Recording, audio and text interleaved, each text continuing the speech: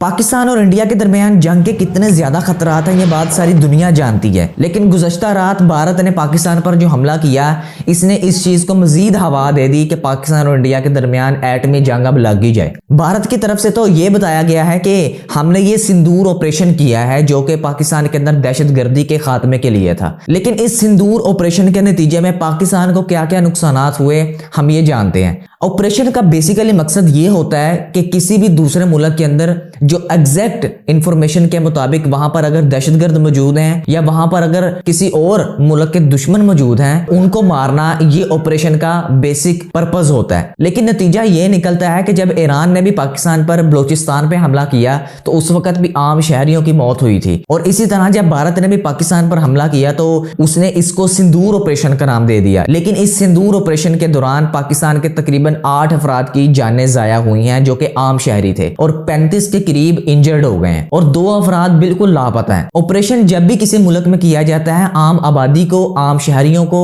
نشانہ نہیں بنایا جاتا، لیکن یہاں پر سرعام عام شہریوں کو نشانہ بنایا گیا۔ 1 بچی شہید ہوئی ہے، 2 تقریباً مرد شہید ہوئے ہیں اور 2 خواتین شہید ہوئی ہیں، 2 بالکل لاپتہ ہیں۔ سرعام مسجد کے اوپر حملے کیے گئے جو کہ مظفر آباد میں موجود تھی، مسجد بلال کے نام سے۔ اس بات میں تو کوئی شک نہیں کہ انڈین حکومت انڈیا کے اندر بھی مسجدوں کو محفوظ نہیں رکھ پا رہی، وہ جان بوجھ کے انڈیا کے اندر بھی مسجدوں کو شہید کروا رہی ہے۔ تو انہوں نے جب پاکستان کے اندر آپریشن سندور کے نام سے ایک چھوٹا سا بزدلانہ حملہ کیا تو انہوں نے سب سے پہلا ٹارگٹ بھی اپنا مسجدوں کو ہی بنایا۔ اور اس بات میں بھی کوئی شک نہیں کہ انڈیا کے اندر کئی ایسی تحریکیں ہیں جو انڈین حکومت کے خلاف اس ٹائم ریلیاں نکال رہی ہے، ان کے خلاف احتجاج کر رہی ہے۔ 6 مقامات پر تقریباً 24 حملے، ابھی تک کی معلومات کے مطابق میں آپ کو چیزیں بتا رہا ہوں کہ پاکستان کے اوپر تقریباً 6 علاقوں میں 24 حملے کیے گئے ہیں انڈیا کی طرف سے، اور اس کے نتیجے میں 8 افراد شہید ہوئے ہیں، تقریباً 35 افراد انجرڈ ہو چکے ہیں، 2 افراد بالکل لاپتہ ہیں، ان کا کچھ پتہ نہیں چل رہا۔ اور پاکستان کے لیفٹیننٹ جنرل احمد شریف کی طرف سے یہ کہا گیا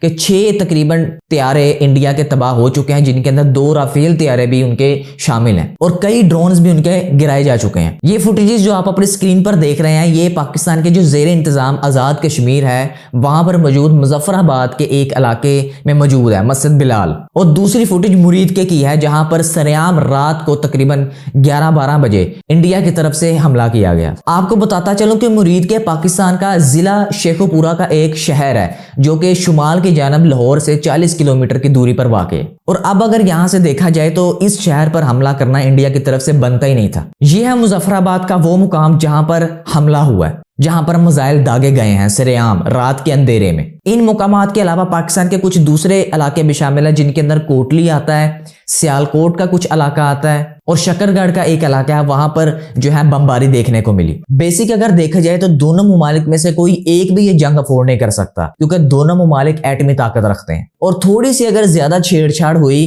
تو پاکستان اور انڈیا کے درمیان ایٹمی جنگ لگنے کا بھی خطرہ ہے، جو کہ 1999 میں بھی پاکستان نے جب کارگل کے مقام پر انڈیا سے جنگ لڑی تھی تو اس وقت بھی بال ایٹمی جنگ ہوتے ہوتے بچی تھی۔ جنگ کہنا آسان ہے لیکن اس کے اثرات بھگتنا بہت زیادہ مشکل ہے، بلکہ ناممکن بن جاتا ہے۔ اس لیے کئی ممالک ایران سمیت یہ زور لگا رہے ہیں کہ پاکستان کے اور انڈیا کے درمیان جو کشیدگیاں ہیں، جو ان کے درمیان غلط فہمیاں ہیں، ان کو دور کیا جائے۔